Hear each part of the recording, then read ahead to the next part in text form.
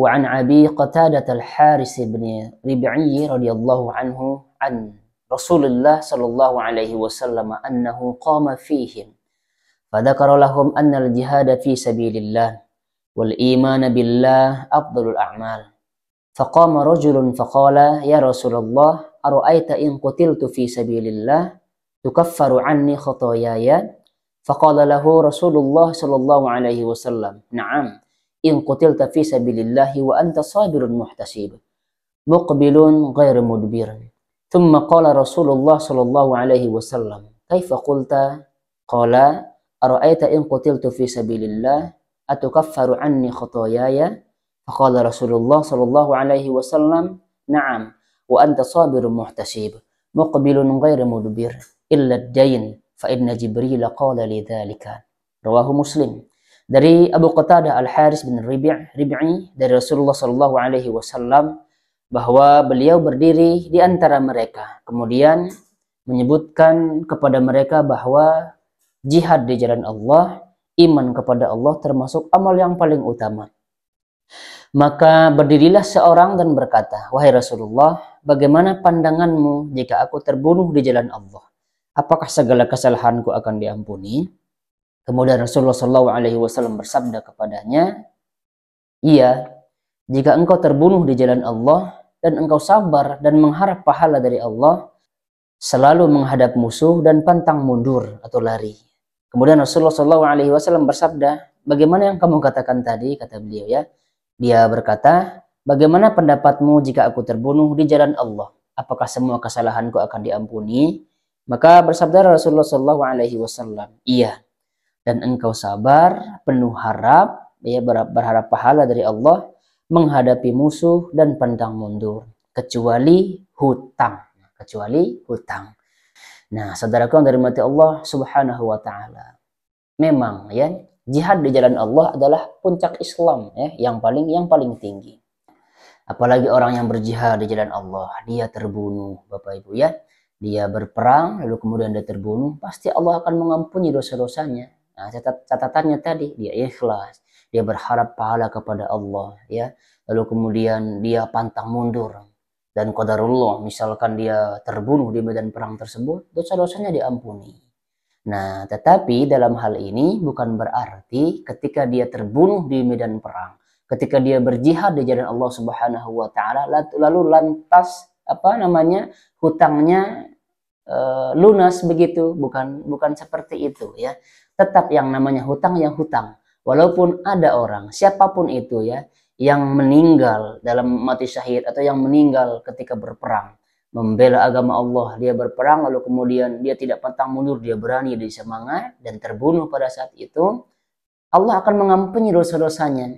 Tetapi Allah tidak menghapus hutangnya karena hutang ini adalah menyangkut hak manusia.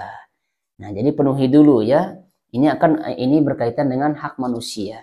Ya, begitu ya, saudara yang dirahmati Allah Subhanahu wa taala. Bukan berarti ketika sudah mati syahid begitu kemudian hutang-hutangnya dihapuskan, tidak ya. Tetap ya dosanya diampuni, akan tetapi hutangnya wajib dilunasi sebab itu adalah hak manusia ya. Banyak sekali yang kita baca di riwayat-riwayat yang menunjukkan bahwa ya Rasulullah Shallallahu Alaihi Wasallam ketika menyolatkan jenazah begitu, ketika menyolatkan sahabat, beliau tanya dulu, apakah orang ini ada hutang? Tidak ada ya Rasulullah, beliau menyolatkannya. Nah, lalu kalau ada orang yang meninggal, lalu kemudian ditanya oleh Nabi, apakah laki-laki ini punya hutang? Punya hutang, kata sahabat, engkau sholatkan. Rasulullah tidak menyolatinya. Nah, inilah ya saking krusialnya masalah hutang. Jangan disepelekan masalah hutang ini. Apalagi kita membeli sesuatu yang sebenarnya tidak begitu diperlukan. Ya. Kita tidak begitu perlu dengan barang tersebut. Tapi kita bela-belain untuk berhutang. Kita berhutang, apalagi hutangnya di bank. Apalagi hutangnya ribanya Masya Allah luar biasa.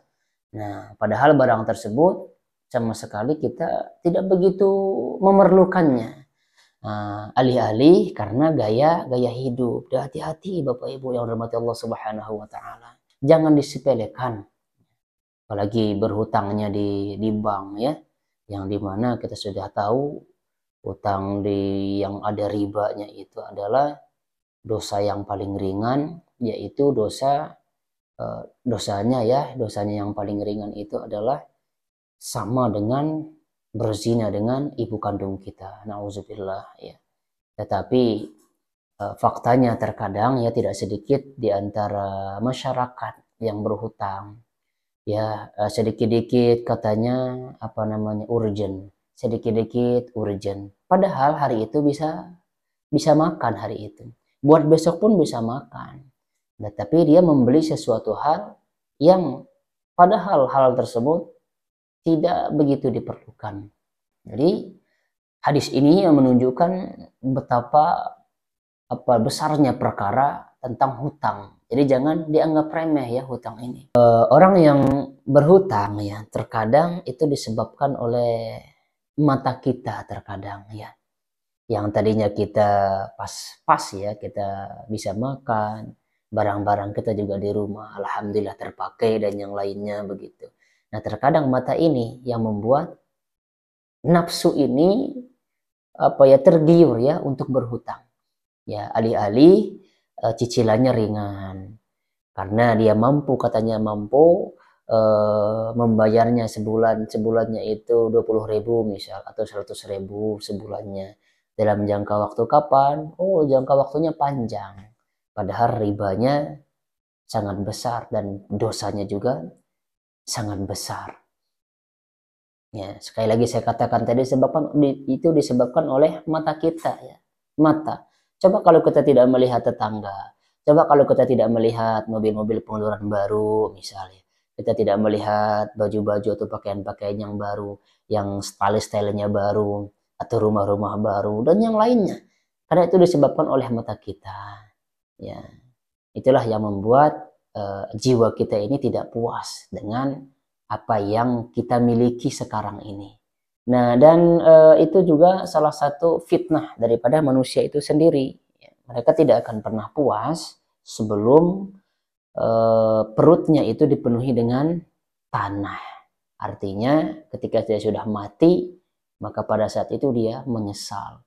Dia timbun-timbun uangnya itu tidak berguna nanti baginya di akhirat.